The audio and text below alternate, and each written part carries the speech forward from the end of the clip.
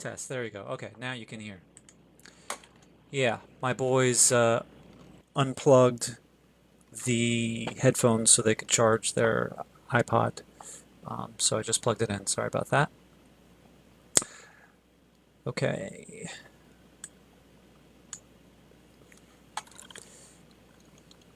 So the sound should be okay now, I hope. Let me know. Pretty sure it is. All right, let's get started. All right, so I'm not even going to read this. By the end, you're going to hopefully see how this is important. I'm going to show this slide at the end again.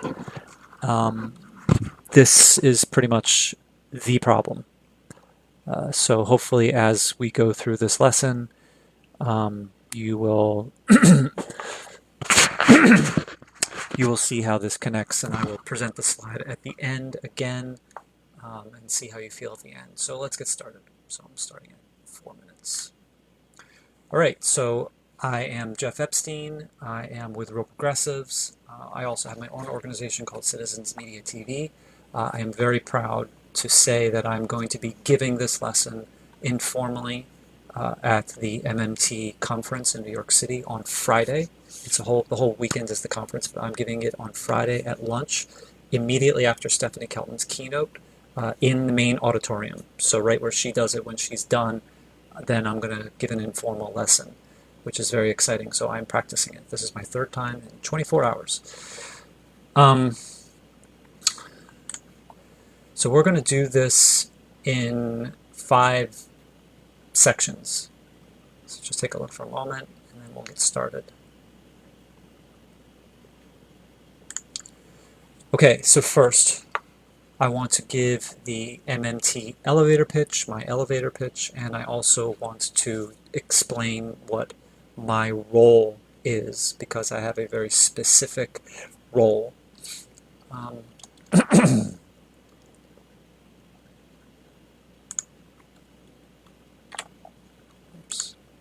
Okay, so the elevator pitch. I know this is small. This is really just for me to read.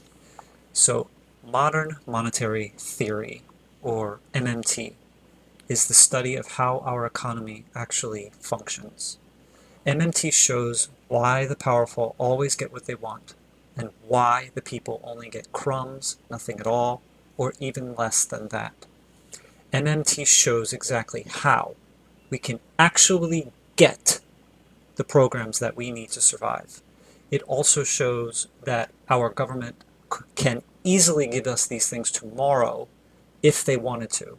And they could have given us these things decades ago if they wanted to.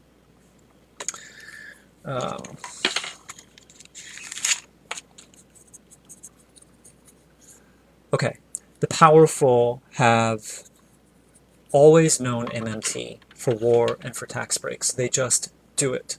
But when it comes to healthcare and education, forgiving student debt, and a job guarantee, suddenly they forget about MMT. Suddenly it's, how are you going to pay for it? How are you going to pay for it? How are you going to pay for it? And the phrase that I like to sort of summarize it in a cheeky way is MMT for the rich, rugged neoliberalism for the poor. So my role, I am not an expert. I am not an economist. I never knew about the subject of modern monetary theory before February. I never heard of it before. So I am not in a position to teach. But my one and only job is to open your eyes to modern monetary theory, MMT, to open your eyes to it, to help you take out all of the misunderstandings that you have been taught your entire lives. And once your eyes are open to MMT, it is time to go learn from the experts. My job is done. Okay, so where does the United States dollar come from? So me and you, we get, let's see if I can stop these notifications. So me and you, we get money from our paychecks, from the people who purchase our merchandise, our t-shirts, from our patrons, from people who contribute to us. So that's where we get the money from, where you get the dollar from. And our employers get the dollar from their customers, and those customers get it from their companies, and on and on and on. But the ultimate answer is the Federal Reserve. The Federal Reserve is who creates the money, is who creates the United States dollar. However, they don't just create it because they want to create it. They create it because they are instructed to do so by the Treasury. And the Treasury is instructed to do so by a law that was signed by the president. Sorry, I just lost. Oh, okay, good. So the Treasury is instructed by a bill or by a law that was signed by the president. And that law was originally a bill that was written by Congress.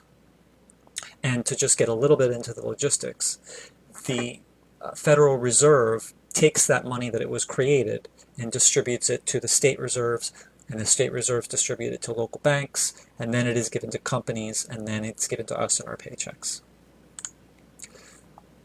So the Federal Reserve is the bank of the United States, but it is critical to understand. This is a critical understanding, is that the Federal Reserve, according to the Constitution, is at the command of Congress. They are below Congress. They are not above Congress. Congress has no bank that they go to and ask to borrow money. Me and you, however, we have to go to our bank and we have to ask for a loan. We have to ask to borrow money. So this is a critical distinction, that there is a bank above me and you. There is no bank above the Congress. The Federal Reserve is at the command of Congress. So money is created when Congress writes a number into a bill, and then it is signed into law by the president. So here we have $2.7 billion for 2019. This is for a bill that's currently being proposed right now. So $2,700,000,000 for 2020, and so on and so on and so on. I've got to turn these notifications off just a moment.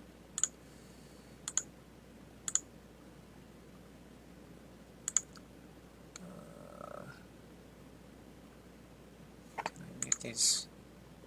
Forgive me, just a moment. I gotta mute these notifications. It's just coming fast and furious. Okay, there we go. Nope. Yes, good.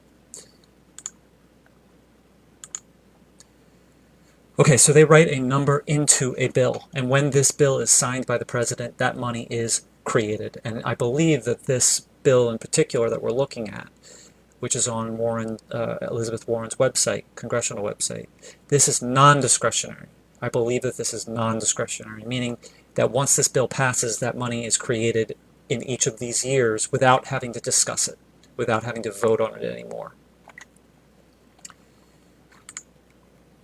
So a number is written into a bill, it is passed into law it is passed by the Congress and then signed into law by the president, and that is when money is born.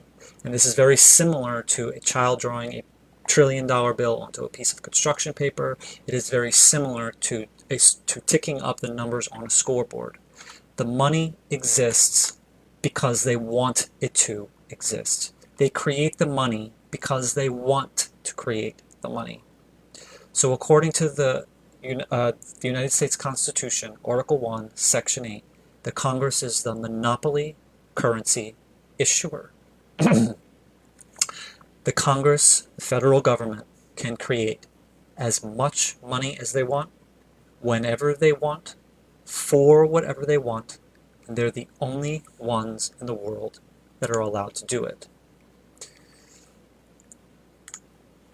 Article 1, Section 8 of the Constitution. So this explicitly gives them the right to create the money, and there were also some Supreme Court cases to further clarify that it means also paper money and also electronic money.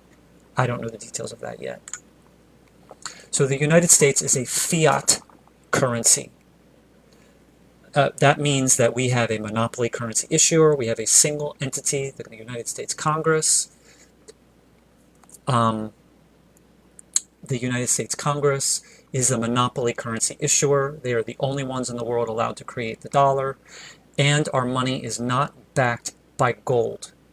And this is the same, and this has been the case since August of 1971, when the Nixon administration took the United States and many other countries off of the gold standard. So the United States and Canada and Australia and New Zealand and England and others are all fiat currencies. The European Union is a more recent fiat currency. So fiat means by decision. We can create the money because we decide to create the money. So Congress is the monopoly currency issuer. They are the source of the money.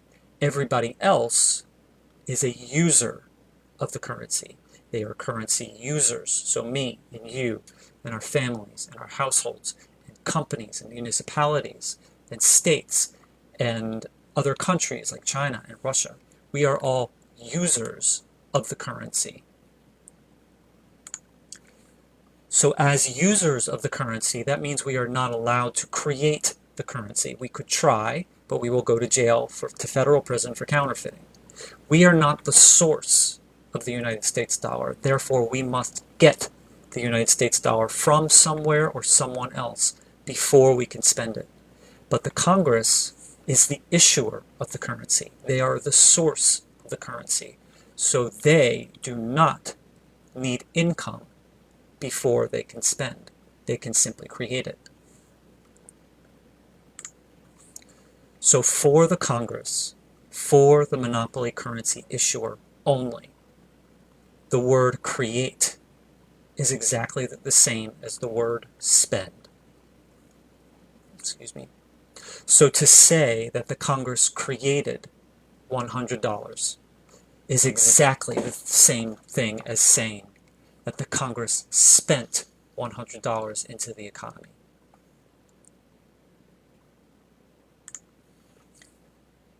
So the Congress, the monopoly currency issuer, the source, the only source of the United States dollar, does not need any income. There is no bank above the Congress. So they do not need to borrow money from China. China doesn't create the dollar. They are not allowed to create the dollar. They must get the dollar from us. So we have no need to borrow money from anyone or anything, including China, the federal government I'm talking about. The federal government does not need to get money from taxpayers either. But even if they could get tax money from taxpayers, even if they could get income from taxpayers, there is no difference between the Congress creating $100 and the Congress creating $50 and so-called collecting $50. There's no difference. They could just as easily create $100. There is no need to get it from anybody else. So Ellis Winningham, federal taxes do not fund federal spending. Federal spending funds federal taxes.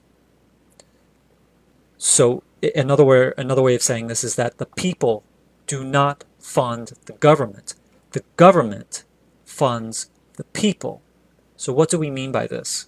When the United States government was just created, the Constitution was just signed, 1776, but before they created the first dollar, it is not possible for the Congress, for the federal government to go to the people and say, you owe me $100 in taxes. Because then the people will say, what do I pay the taxes in? You've never given me any money to pay it with.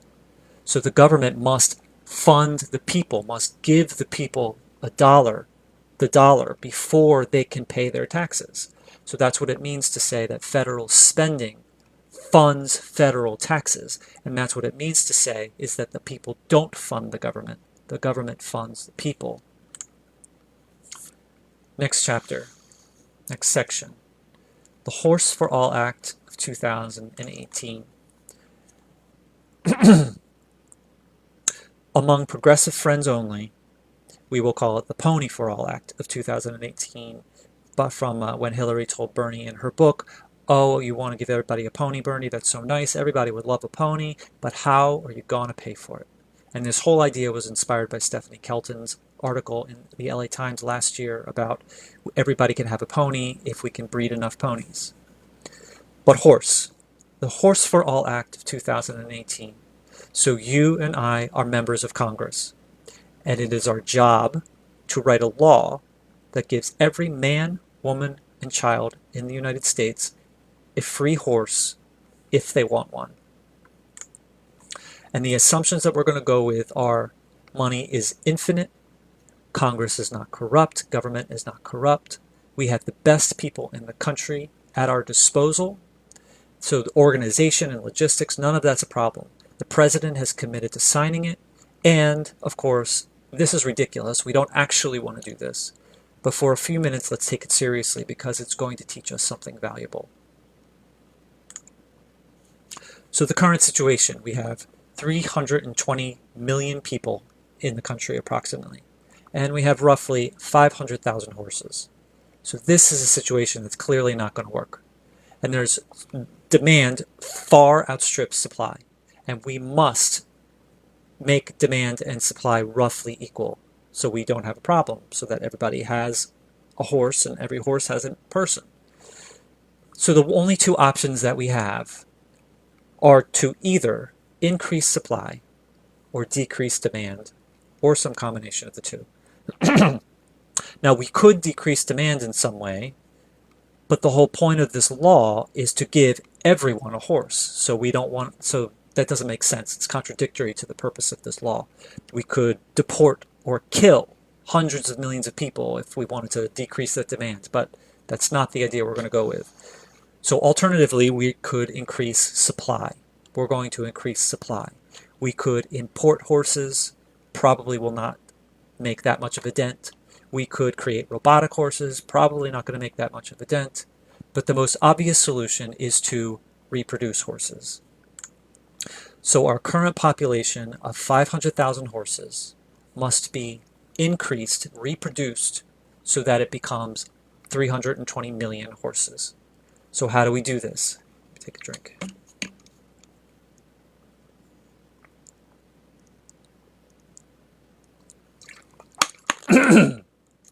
So how do we do this? Mommy and daddy ponies must do their thing over and over and over again. What's the gestation period for a horse? It happens to be around 10 or 11 months. After giving birth, a mommy horse, how long after giving birth can a mommy horse do her thing again? And I honestly don't know, but let's say 2 months. That sounds reasonable. So given all of these facts, these biological realities, how long will it take to increase 500,000 horses to 320 million horses? And honestly, I haven't totally figured this out, but it feels reasonable to say 20 years. So let's go with 20 years. Now, the population of horses is exploding, and that has enormous consequences. What are those consequences? Well, we have been taking care of 500,000 horses without a problem. But now the population of horses is exploding. Now we need more food. Now we need more supply of water. Now we need more farms and more fencing and more shelter and horseshoes and caring for the land. That means that we now need to educate millions of more blacksmiths and veterinarians and caretakers and breeders. And that means that we can't have all of these horses and farms and so on in the same area. We need to distribute them so they're not so crowded, and also so that they're starting to be put near most Americans, distributed around the country. So now we're talking shipping and trucking. It says tracking.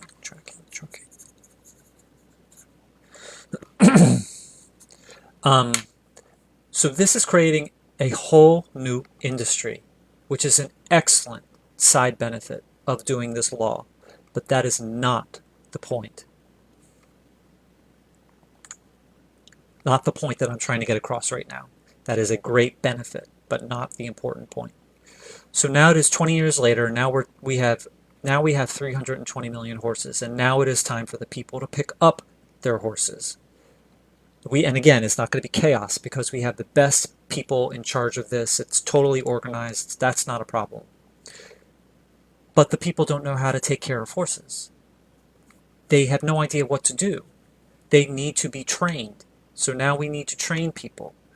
Their homes have not yet been prepared to handle horses, so their homes must be prepared. All of the supplies that we just spoke about, all of the services that we just spoke about, are now needed at a micro level for all Americans. And now finally, when a horse dies, when there's 320 million horses, this is now a serious consideration.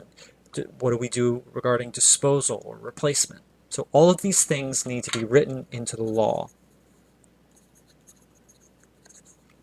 All of these things need to be written into the law. And now we know what it takes to give everyone in the country a horse.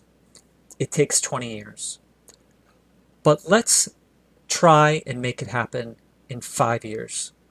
Let's force it. Let's just do it. We can do it. Let's make it the law that it must happen in 5 years. Let's put severe consequences if people don't get these horses to be from 500,000 to 320 million, that you must make this happen in 5 years or you are in trouble. We will kill you. We will put you in jail. And let's throw $10 trillion at it. We are going to make this happen in 5 years. And what happens? And what happens is that it simply doesn't work. Because no amount of money, no amount of threats, no amount of laws can change biological processes. No amount of money can change the gestation period of a horse or how long a mommy has to wait after it's born. No amount of money can change how fast all of these animals and supplies can be distributed around the country. No amount of money can change how quickly people can be educated to be millions more people to be veterinarians and blacksmiths and so on. No amount of money can change how long it takes to train 320 million Americans of how to handle a horse and how to prepare their homes. And this is the important point, that nothing can make this happen in less than 20 years, no matter what we do. And that is the important point that I'm trying to get across. To the federal government, money doesn't matter. Only real resources matter. And when I say real resources, I mean raw materials, labor, technology, and time. Because even if we had all the physical things, we must wait 20 years in order for this to happen. So you will hear people criticize MMT by saying that MMT means that you can create money infinitely, and you could just do anything you want because you can create infinite amount of money. And they say, well, that's foolish because it will cause hyperinflation. And if you really wanted to, you could cause a lot of damage. However, there is a limitation that is outside of human control. That you could create a law, a rule, to say that we can't create too much money. But humans don't follow rules. And it doesn't matter how good the rules are, how many rules there are, humans don't follow rules. There has to be something outside of human control that limits how much money we spend, and that is our real resources. If you do not spend more money into the economy, if the Congress does not spend more money into the economy, then our real resources, our productive capacity, our capacity to produce, can handle, then there is no inflationary risk. And also, money could be taxed back by the federal government in order to give the Congress some space in which to spend more. So that's all about that. Next section. Why do we collect federal taxes?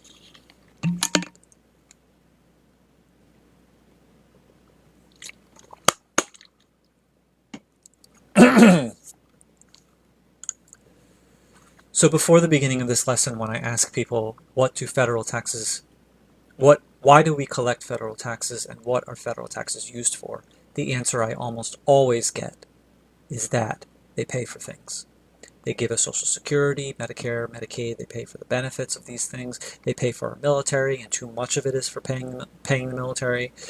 They pay the salary, federal taxes pay the salaries of all federal employees like FBI and judges and the president, and they help fix our bridges and roads infrastructure. So they pay for things. That's what people believe to be true because that's what the only thing that we're told is true. But we now know that it's not true. Federal taxes do not and cannot pay for anything. So why do we collect federal taxes? And there's three reasons that I'm going to talk about tonight. The purpose of collecting federal taxes, and then two uses of collecting federal taxes. So the purpose of federal taxes is to drive the currency and drive the economy. Now what does that mean? For almost all Americans, how could they possibly understand this because we've never been taught it? So before we say what that means, I want to make it clear what the purpose of a government is. And that is, the purpose of a government is to compel the people to use the real resources at its disposal for the benefit of society. And money, the United States dollar, is the incentive given to the people for doing so. Now, some of that money is taxed back, but the rest of it, the people get to keep without any strings attached. It is like an interest-free grant. It's just a gift. I mean, they do work for it. They do work with the real resources for the benefit of society, but they get to keep all the rest of that money that they can save and spend and invest. So how did the British government compel Africans to use the pound? Because at the time they were perfectly happy using whatever their currency was or system was. How did the United States government compel the people in the 13 colonies to use the United States dollar? Because at that time they were perfectly happy with the British pound. And what they did is they said, you will pay taxes, and you will pay them only in our currency. Because if you don't, you will face severe consequences, such as penalties, confiscation, and jail. Federal taxes force the people to care about the money. That's what I meant. Penalties for not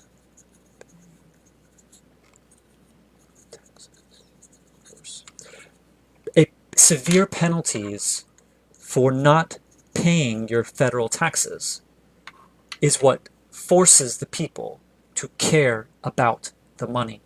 It forces them to get a job, to get more of that currency, because they must pay their federal taxes in that currency. The federal government, however, does not care about the money. The federal government only cares about its real resources and productive capacity. So I have heard people say that the United States dollar has value because people have faith in the United States government. But what it is more accurately stated as is the United States dollar has value because people have faith that the United States government will do something severe if they don't pay their federal taxes with the US dollar.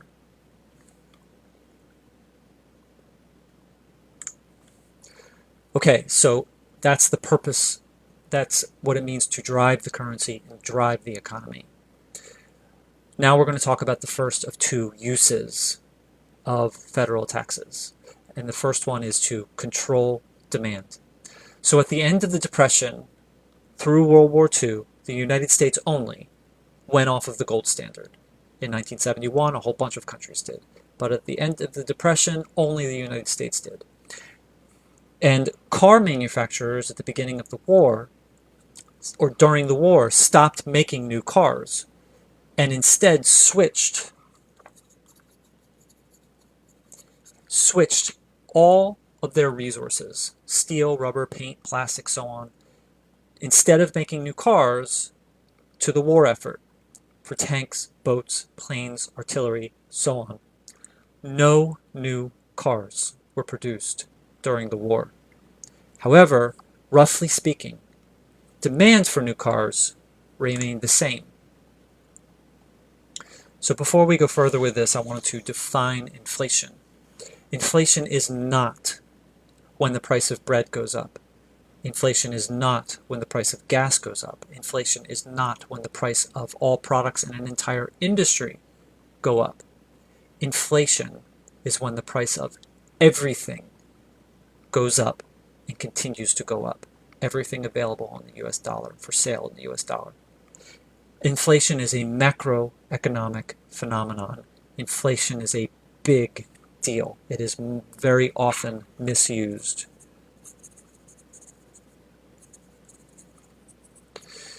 So, new cars during World War II. The demand for new cars far outstripped the supply of new cars. And again, we've got to make this equal or we're going to have a very big problem. The only two possible solutions are to increase supply or decrease demand or some combination of the two. In this situation, however, increasing supply is simply not an option because we have made the decision that using every resource at our disposal for the war is more important than creating new cars for this demand. So therefore, we must decrease demand. And how do we do that? We can force the people to do it, or we can entice the people to do it. We can compel them, or we can entice them. We could use a stick, or we can use a carrot. Examples of sticks, examples of compelling. We could raise taxes on new cars. We could create new laws or regulations to say you can't buy a new car. We could threaten them if they buy a new car. But we're not going to go with that. What we're going to go with is we're going to entice them to not buy a new car. We're going to give them something more appealing to use their money for, to purchase, something more appealing to purchase than a new car. And what would that be? What could that be? And something that is more appealing in this case during World War II is patriotism. The government offered war bonds to the American people. And war bonds were marketed as support the troops, support the war effort. And this strongly implied that these war bonds paid for the troops and paid for the war, but they didn't and they couldn't. So an example of a war bond, a 10-year bond with 5% interest. So if you purchased a war bond in 1945 for $1,000, it would mature in 1955 and you would get $1,050 back. So war bonds diverted the money that would have purchased new cars instead into war bonds. It removed that money from the economy and it avoided a very big problem. And war bonds are very similar to taxes. Both taxes and bonds remove money from the economy. The differences between bonds and taxes are bonds are voluntary, taxes are compulsory. Bonds have a specific length of maturity, which is 10 years in this case, or where taxes are infinite years. The money is removed from the economy and never comes back. And bonds provide an interest bonus, and taxes, of course, don't. But here is the crucial difference between bonds and taxes. When you pay your taxes, you pay $1,000 in federal taxes. And again, we're only talking about the federal level, not municipal, not state. You write $1,000 on your tax return. I owe $1,000. You send in your tax return to the federal government. The federal government puts that tax return into a filing cabinet or into a folder on a computer. And that tax return authorizes the federal government through your bank to go into your bank account and lower your balance by $1,000. But they don't do anything on their side. They don't raise anything by $1,000 on their side. They have noted it in your tax return. They've noted that it's $1,000 your name 2018, but that money doesn't move from your bank account to the federal government. It doesn't move anywhere. It simply disappears from your bank account. So when money When money is created, the federal government, the Congress, writes a number into a bill, and that bill is signed into law by the president, and that's when money is born. It's created because they want it to be created. And when money is taxed, that is the opposite side. That is when money dies. And if you think about it, there has to be an opposite. If money is created because they simply want it to be created, there has to be somewhere where it disappears. Otherwise, we would eventually have infinite money, and that is truly a problem. So taxes are the opposite. Taxes is when money dies. It is like when a child erases that bill off of a piece of construction paper, and like when we choose to lower the score on a scoreboard back down to zero. The money disappears because we want it to disappear. Purpose, the second and final purpose that we're going to discuss.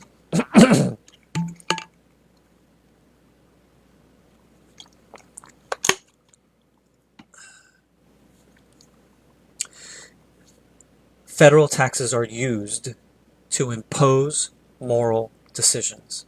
And some of the examples I'm going to talk about are more appropriate, more applicable for state and local levels.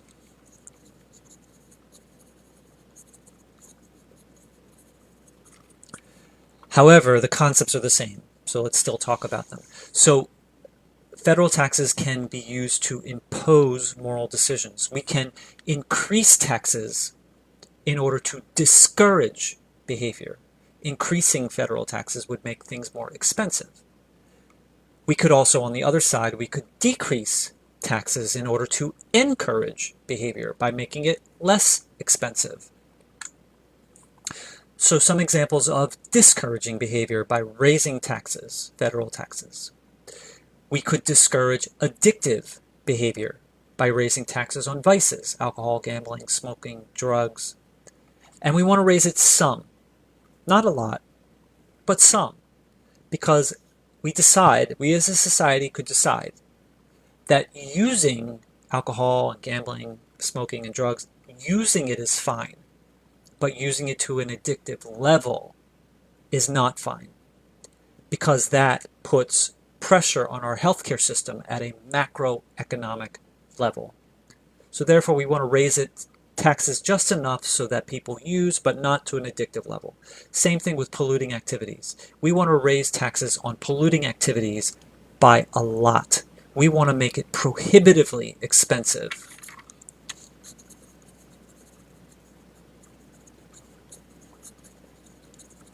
We want to make it prohibitively expensive to purchase a gas guzzler car, to spew pollution out of a factory, or to exacerbate climate change. So we can decide how much to raise taxes by.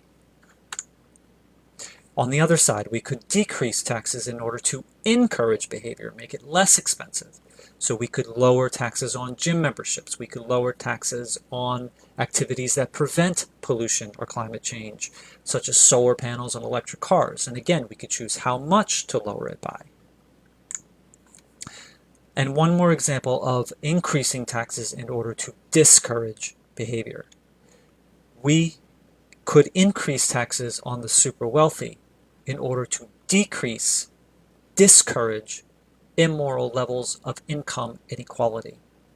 For example, we as a society could decide on 3 thresholds, and whatever numbers we decide, those thresholds to be. But let's say that we decided between $0 and $500 million of income, just enjoy it.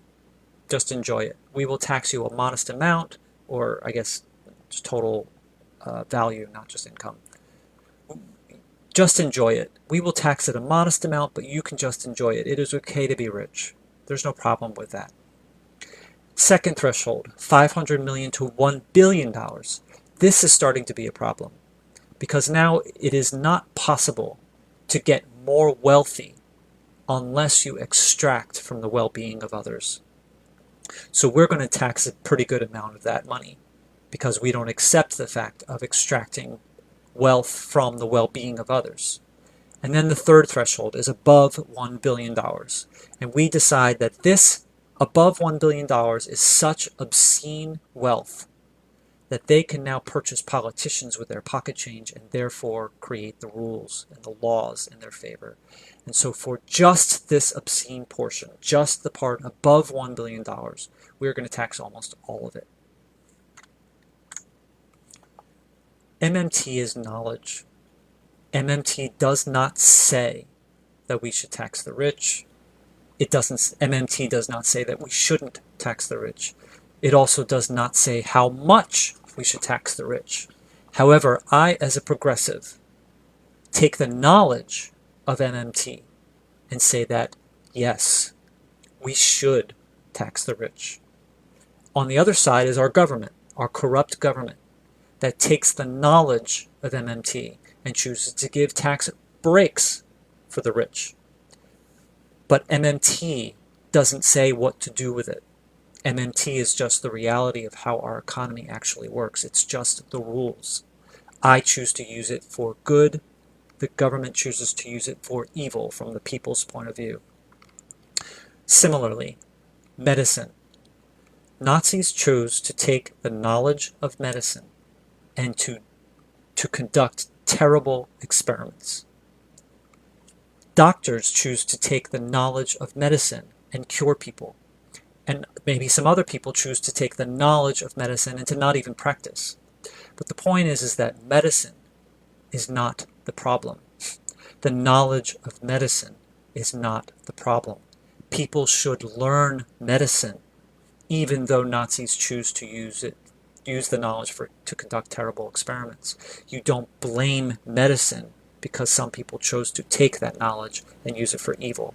And the same with MMT. We shouldn't blame MMT because the government, our corrupt government, chooses to use it to screw the people. You can't fight the cheaters if you don't know the rules.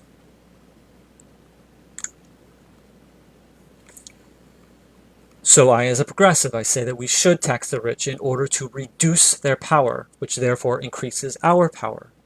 We must tax the wealthy because it is moral and just and equitable and right, not because we need their money.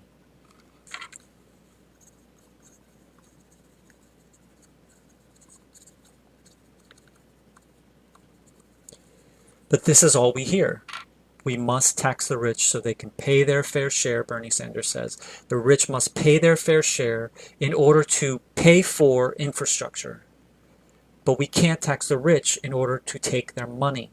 Not just that we shouldn't. We can't. It is not possible to tax the rich in order to take their money. I,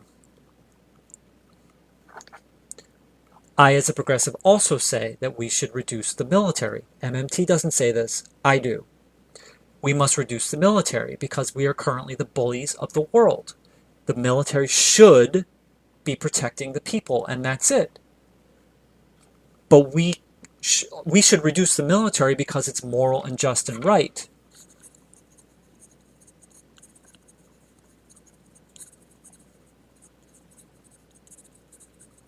We should reduce the military because it's moral and just and right. But we shouldn't reduce the military in order to get their money, and we can't reduce the military in order to get their money.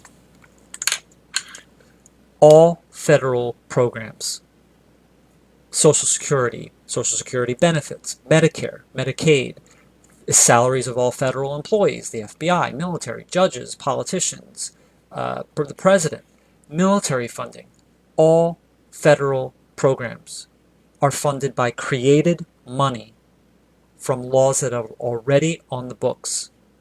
The money is created whenever it is needed, every time. When an FBI employee collects their paycheck, that money is created. When a Social Security beneficiary receives their benefits, that money is created. Every month, the Treasury creates the Social Security benefits. There is no pot of money in Social Security to steal or to go broke or to borrow from, because Social Security has no money. Benefits are paid by creating the currency each time. Section 4, the big lie. And excuse me for a moment, I'm just going to fill up my water.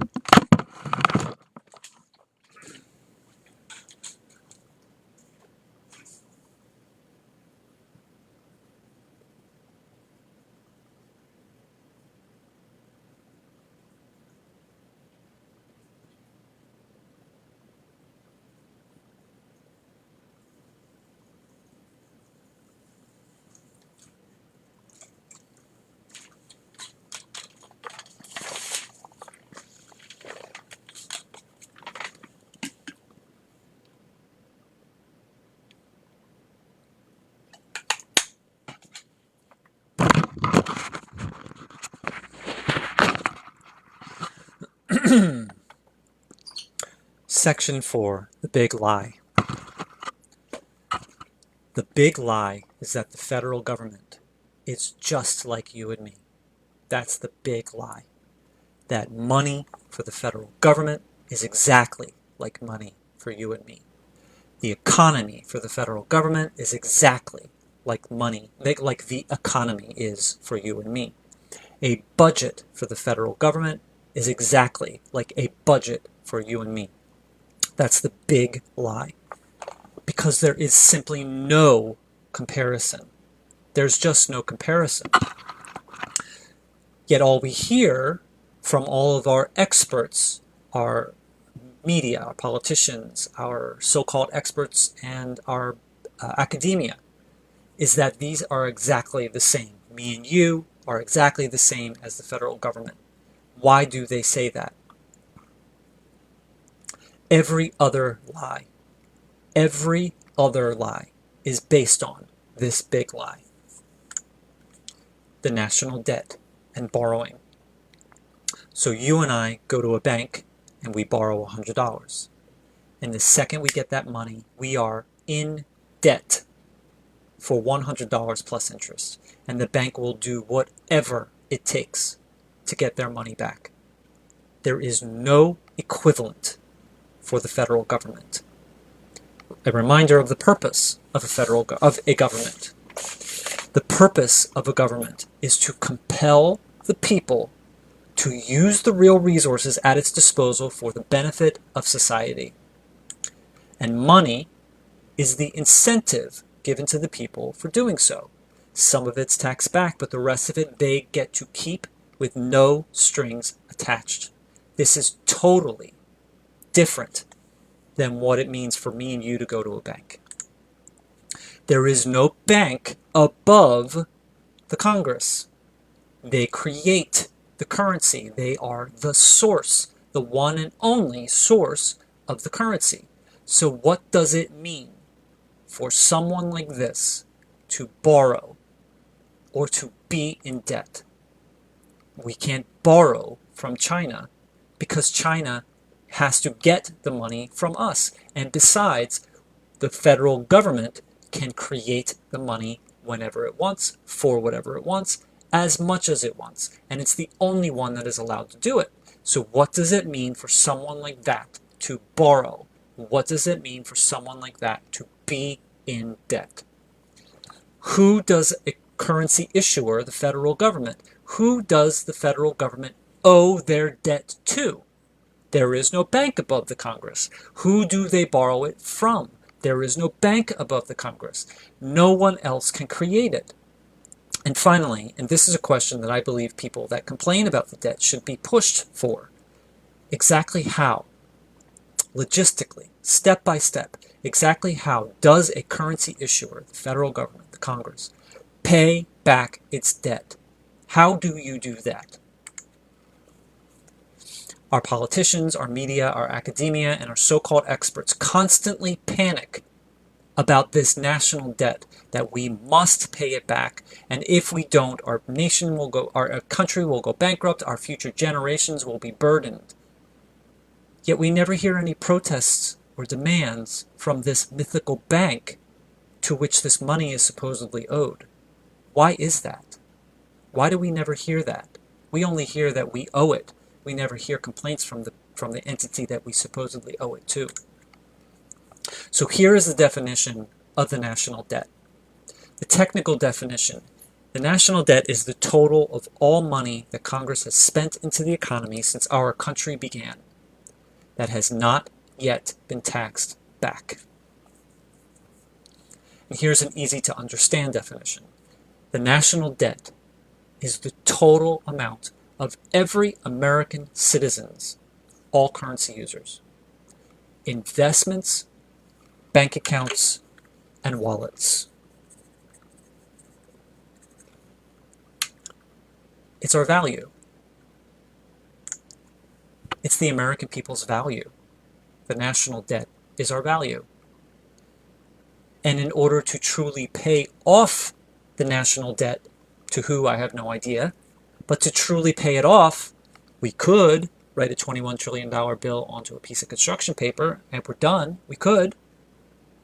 But what would it actually mean to actually empty out? No, what would it actually mean to get the national debt down to zero, to truly pay it off? And that, by definition, would mean that we would have to empty out, to zero out, every American citizen's investments, bank accounts, and wallets. And obviously we don't want to do that. The big lie. Balanced budget, surplus, and deficit. Me and you.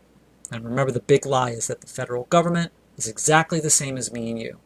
So for me and you, balanced budget, surplus, and deficit. At the beginning of the week, for a balanced budget, at the beginning of the week, I budgeted $100 for gas, food, children, everything I need to do to survive.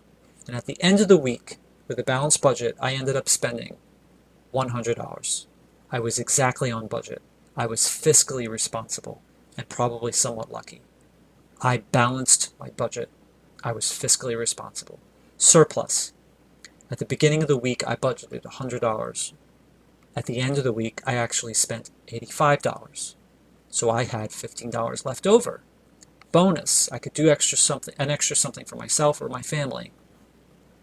I was even more fiscally responsible, probably more lucky. And finally, a deficit. At the beginning of the week, I budgeted $100. At the end of the week, unfortunately, I had to spend $120. I went over budget. I was fiscally irresponsible, probably a little bit unlucky.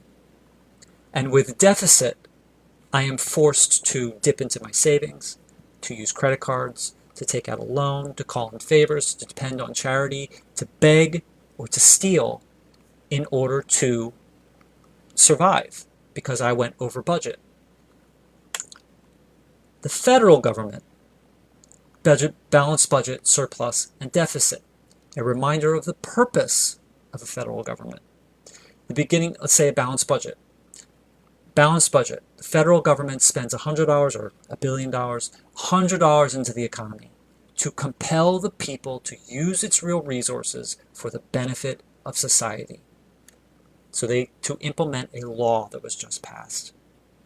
And in April, with a balanced budget, they tax back $100. Why would a government do that? That does not give the people any incentive to actually do the work that is needed to benefit society. They tax all of it back. What do the people have in their pockets? Nothing. They have nothing. So the money that the government gave them, they can pay their taxes, but they cannot do anything. They cannot pay for survival. They cannot invest. They cannot save. They cannot spend. They can't survive. But this is called fiscally responsible. That's all we hear. Balanced budget is fiscally responsible. A surplus. The federal government spends $100 into the economy, and in April they tax back $120. What do the people have in their pockets? Less than nothing. So they can't even afford to pay their taxes, let alone invest and save and spend and survive. But this is called even more fiscally responsible. And finally, a deficit.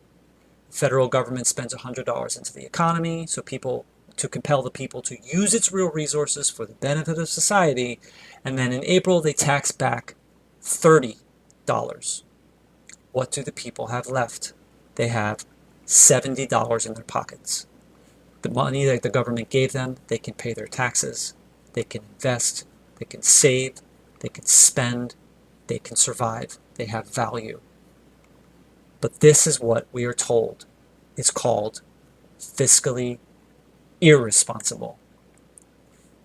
The federal deficit is the people's income. It is the only thing that gives the people value. The federal debt is the only thing that gives the people value, but it is the only thing that we are told is fiscally irresponsible. And what they are saying is, it is irresponsible to give value to the American people. The federal deficit is not just important, it is critical to the functioning of society. Without a deficit, the people are forced to dip into their savings, use credit, take out loans, depend on charity, beg or steal just to survive. They have no incentive to do what is necessary for the benefit of society.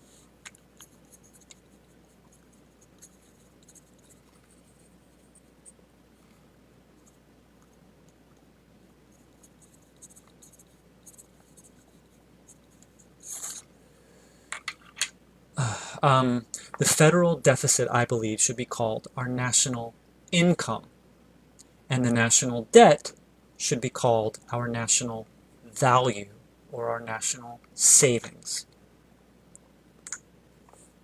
Conclusion. How are you going to pay for it? Racism is a tool to tear the people apart. Xenophobia is a tool to tear the people apart. Don't be angry at the boss that chose to hire a Mexican instead of an American, screwing both of them. Be angry at the powerless Mexican. Be angry at the powerless immigrant. Classism is a tool to tear the people apart. You have less money than me. You are not as good as me. Homophobia and sexism are tools to tear the people apart. Economic ignorance is a tool to tear the people apart. For our entire lives, we have been taught the perfect storm of misinformation to get everybody fighting with everybody. There is nothing wrong with disagreeing on policy. That is a good thing. But there is a big problem disagreeing on the reality of how our economy actually functions. Examples of how we fight each other. Progressives, please raise my taxes in order to give us, because I want to pay for people's health care. Everybody's health care, not just mine, because I'm a kind person. I don't want my taxes paying for military, but I want you to raise my taxes so everybody can have health care. Which makes no economic sense, because federal taxes do not pay for federal programs. And we fight a huge population of people who are truly terrified of raised taxes, because it will bankrupt themselves, their families, their companies, and the entire country. And they are convinced that our big programs require taxes to be raised. And even most Democrats and progressives also believe that taxes must be raised in order to have these big programs. And so this population of people who are terrified of raised taxes, sure, they like healthcare, sure, they like college, but they are even more afraid of the consequences of raised taxes, and therefore they stand against us. Another example, we say Bernie Sanders says, we must make the rich pay their fair share in order to pay for infrastructure. In order to pay for infrastructure, which makes no economic sense. And that causes a huge population of people who say, how dare you penalize success? Who do you think creates the job anyway? Creates the jobs anyway.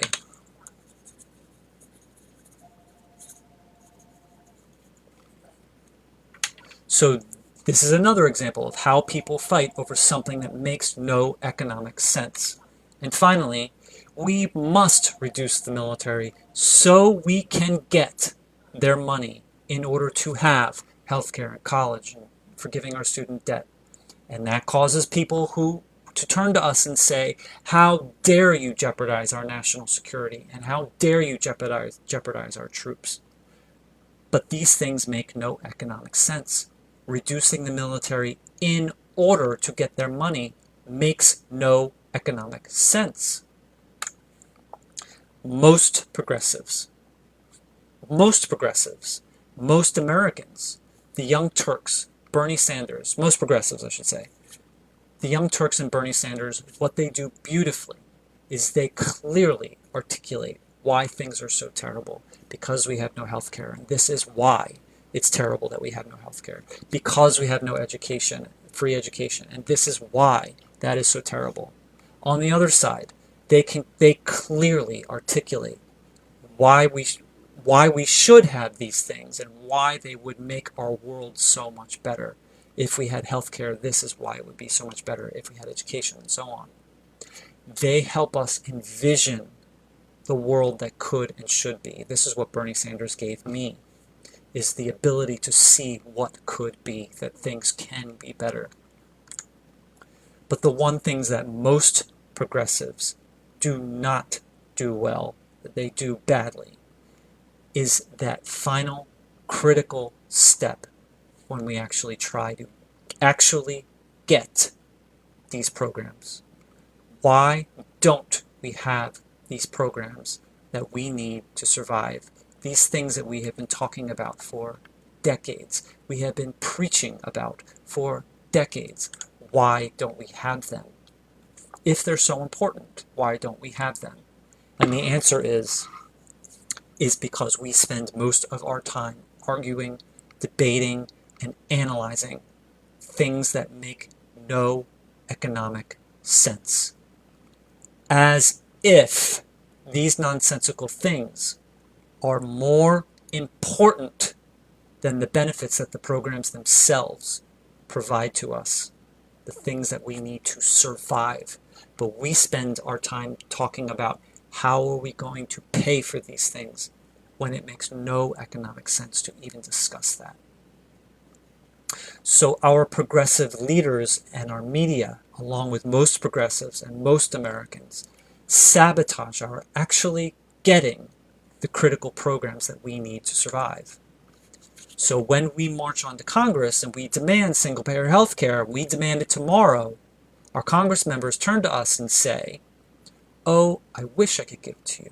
There is nothing more in the world that I would like than to give it to you. I know how much you need it. I know how much you want it. I know how much it will alleviate your suffering. But I can't, because of all these things out of my control.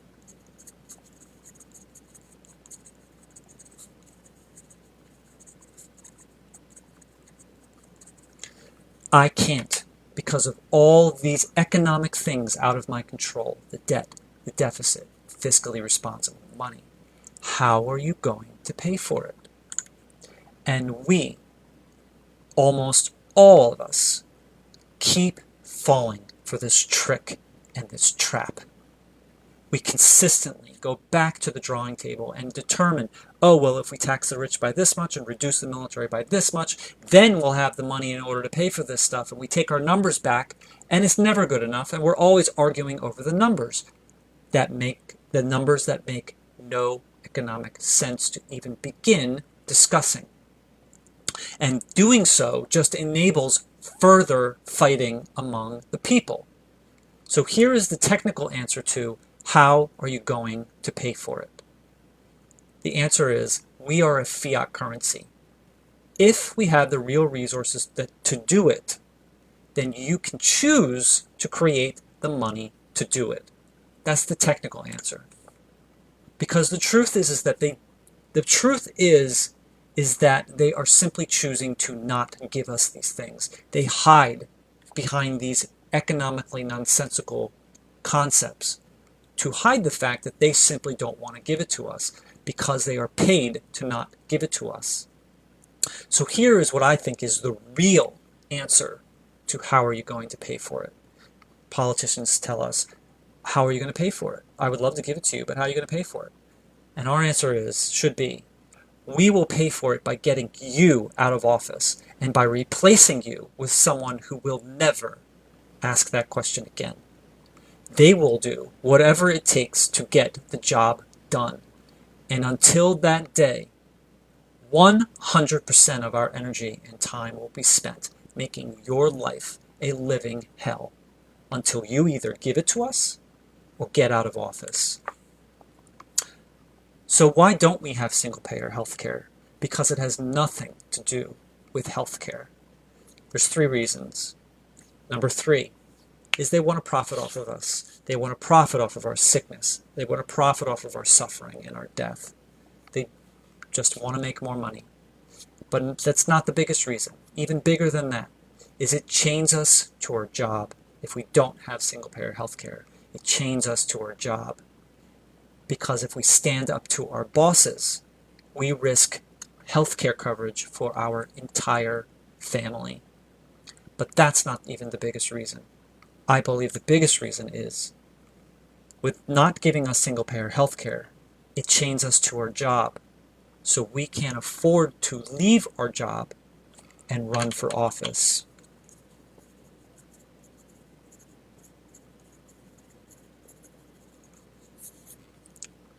Because if we could afford to leave our job and run for office, then we could make a government that actually cares about the people and not about money and power. That is why we don't have health care and free college and forgiving student debt and a federal job guarantee. Power. Caitlin Johnstone taught me this. Power is relative.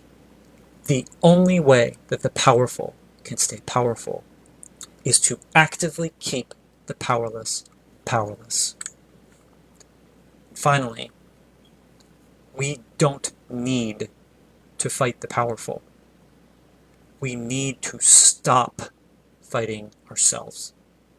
We don't need to take power or money from the powerful. We need to empower ourselves. There is nothing wrong with disagreeing on policy. That is a good thing. However, there is a big problem disagreeing on the reality of how our economy actually functions. And that's the end. So I hope that you can see that this is underneath it all. Neoliberalism is underneath it all. This is how they keep the powerful powerful and keep the powerless powerless. So I'm going to now look through your comments.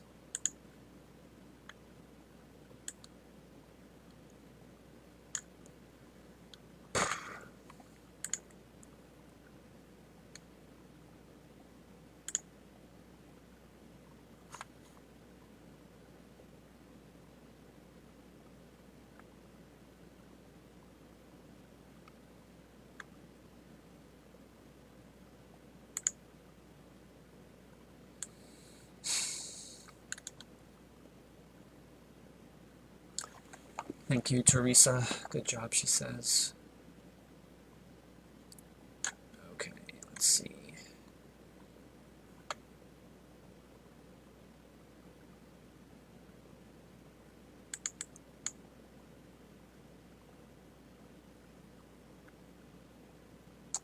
Laura Kelso, excellent answer to the paid off bribed POS politicians. I guess to the paid for question you mean. Thank you. Thank you, William. This is like the 20, I'm approaching 30 times now. This is the 3rd time in 24 hours with these slides. Thank you, William.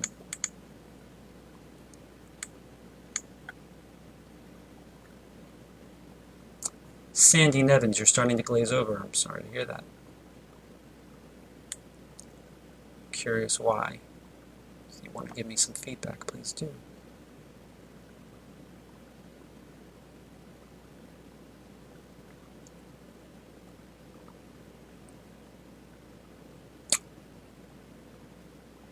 Let's see.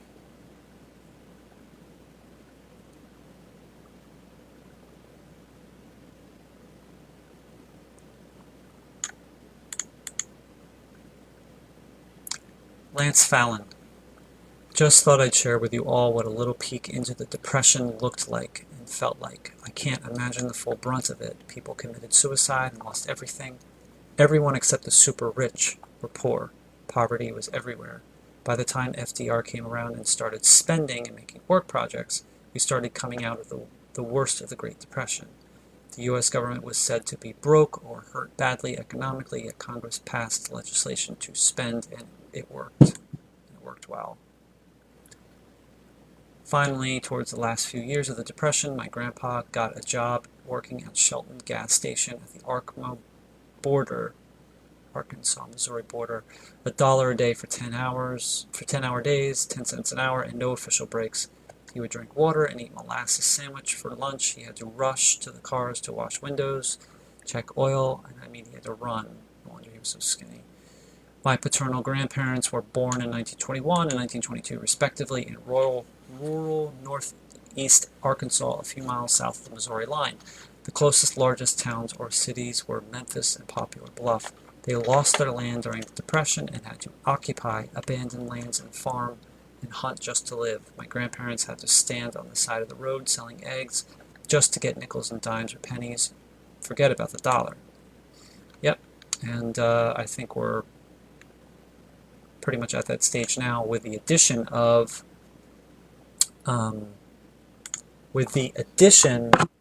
climate change.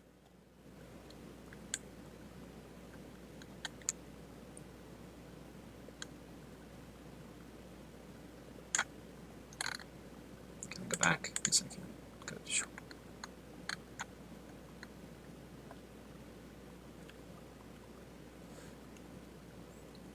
Jody Sawyer, I like your no-nonsense approach. Facts, like a professor with a slight anger in his voice. Thank you. It's I am reporting the news, and other people. It is up to other people to draw their own conclusions.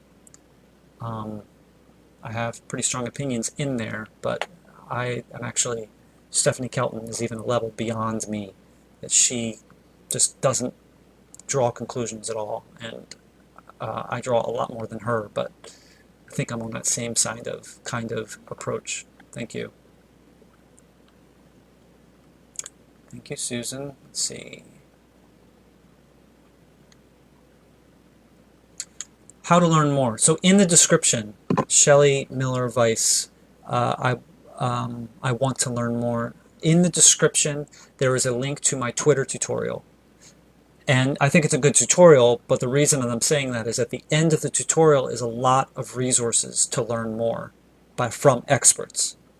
Also, Modern Monetary Theory for Real Progressives. There's a link near the end of the tutorial to the Real Progressives group, Modern Monetary Theory for Real Progressives.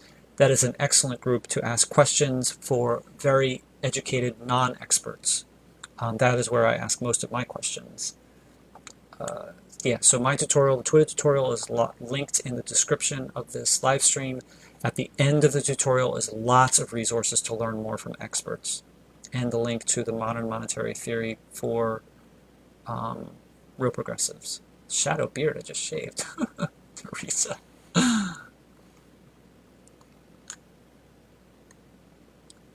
Okay. All right, Steve is starting his interview with Bill Mitchell, so I'm getting off in a moment so people can watch that.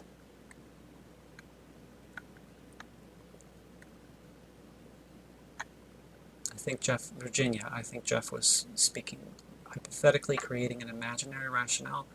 I gotta see the context.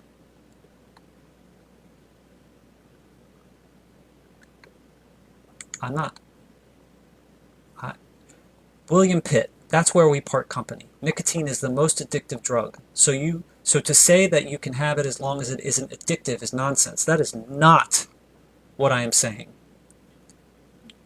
Yes, nicotine is addictive, but we have chosen as a society to let people use nicotine. But taxing it heavily means that they can't use it excessively. Of course it's addictive. That is not what I meant. And I'm not speaking of my own beliefs. That is my interpretation of large taxes on cigarettes. Oh, my beard yesterday, silly. Okay, thank you, Teresa. Yes.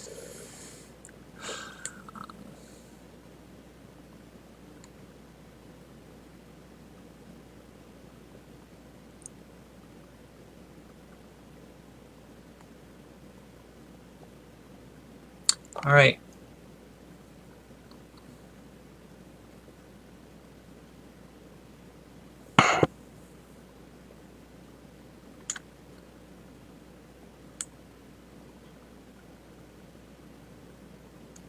All right. Thank you, everybody. Thank you for being with me. I'm going to try and do this one or two more times during the rest of the week in preparation for my informal lesson at the MMT conference immediately following Stephanie Kelton's keynote address.